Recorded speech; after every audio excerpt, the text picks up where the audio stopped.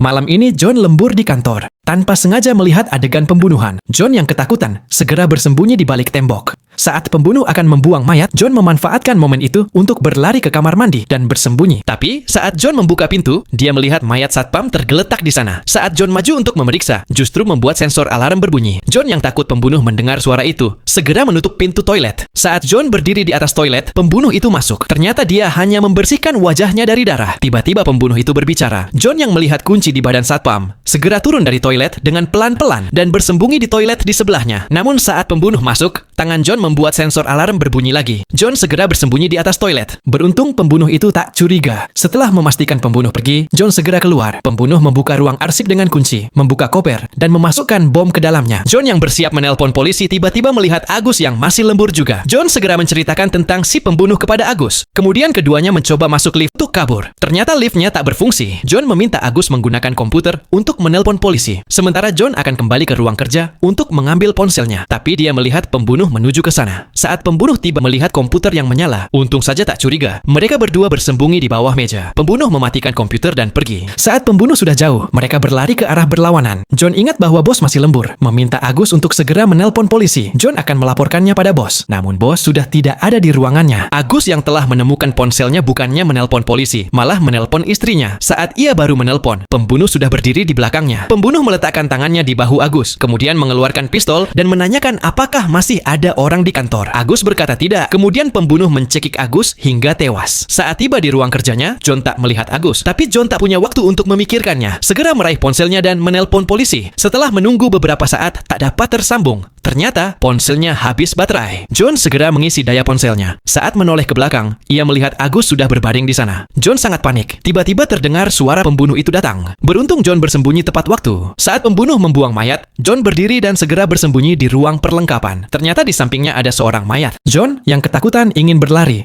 Namun pembunuh berjalan ke arahnya. Pembunuh itu berbalik saat mendengar bunyi ponsel John. Pembunuh berhasil menemukan ponsel John. Saat pembunuh melihat ponsel John, ia segera tahu masih ada orang lain di sini.